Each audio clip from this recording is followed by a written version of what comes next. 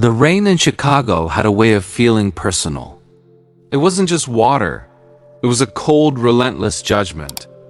For Leo, huddled in the doorway of a shuttered bakery, each drop was a reminder of his failure. At 17, the system felt less like a safety net and more like a cage he'd escaped, trading one kind of misery for another.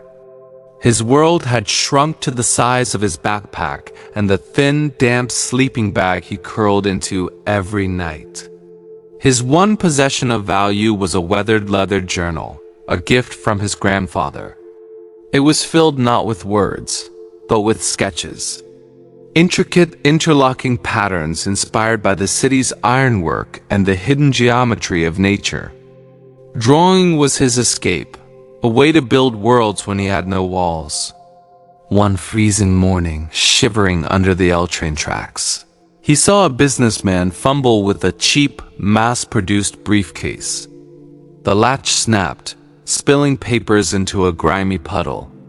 The man's cry of frustration was a sound Leo understood. The agony of a broken tool when you have nothing else. An idea, fragile as a seedling, pushed through the concrete of his despair. That night, in the dim light of the public library, he used their computers. He researched leatherworking, tooling, design. He spent his last few dollars on a small scrap of leather and a basic awl from a craft store. In his hidden spot under a bridge, by the light of a scavenged LED candle, he began. His fingers, stiff with cold, slowly warmed to the work. He carved one of his journal patterns into the leather, creating a small, stunningly detailed key fob. He sold it the next day to a curious art student for $10. It was the most hopeful $10 he'd ever held. Leo didn't just make another. He made a plan. He found a shelter with a work program, and in exchange for a cot and a hot meal, he was given access to a small workshop. He learned from an old grizzled carpenter named Ely, who saw the fire in the boy's eyes. "You got the hands of a maker, kid," Eli grunted, showing him how to saddle stitch a seam so it would last a lifetime. "But hands ain't enough. You gotta have a story." Leo took it to heart. He named his nascent company Foundry, because that's what he was. A place where raw, discarded elements were forged into something new and strong. He didn't just make wallets and bags. He made artifacts. Each piece was hand-tooled with his unique geometric patterns.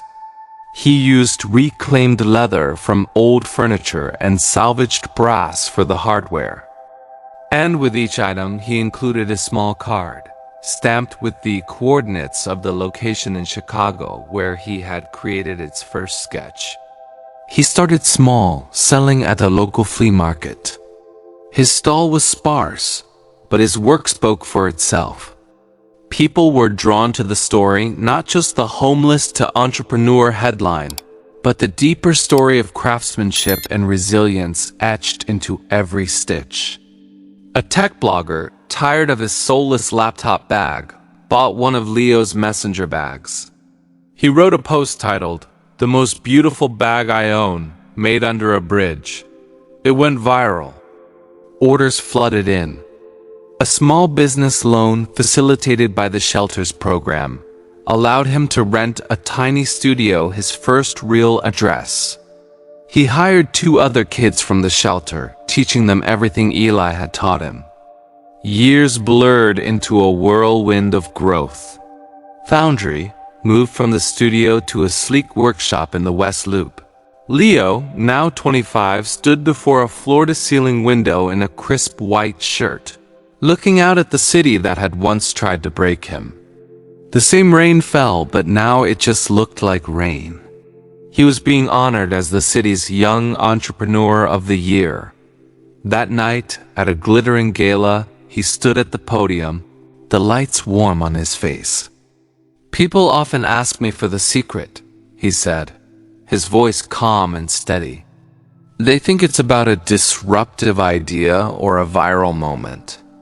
It's not. He reached into his pocket and placed his original scarred leather journal on the podium. It's about building your own foundation when you have nowhere to stand. My first workshop was a doorway. My first investor was a stranger who bought a key fob for $10. I didn't have a network, so I built one person by person. He looked out at the audience, his gaze steady. We talk about disruption in business. But sometimes the most powerful thing you can disrupt is your own story. My company is called Foundry because I believe we are all our own foundries. We take the scrap, the pain, the cold nights, and we forge it into our strength. We design our own future, one deliberate stitch at a time. Later, as the crowd mingled, a young reporter approached him. "Your story is incredible," she said. "From homeless to this, what does it feel like?" Leo smiled, a quiet, knowing smile. He thought of the warm workshop where his team was working, of Eli, who now consulted for him, of the coordinates stamped on every product that led back to a moment of desperate hope. "It doesn't feel like a rags to riches story," he said softly. "It feels like coming home, not to a place but to myself. The boy under the bridge with his journal. He's not someone I left behind. He's the foundation everything is built on."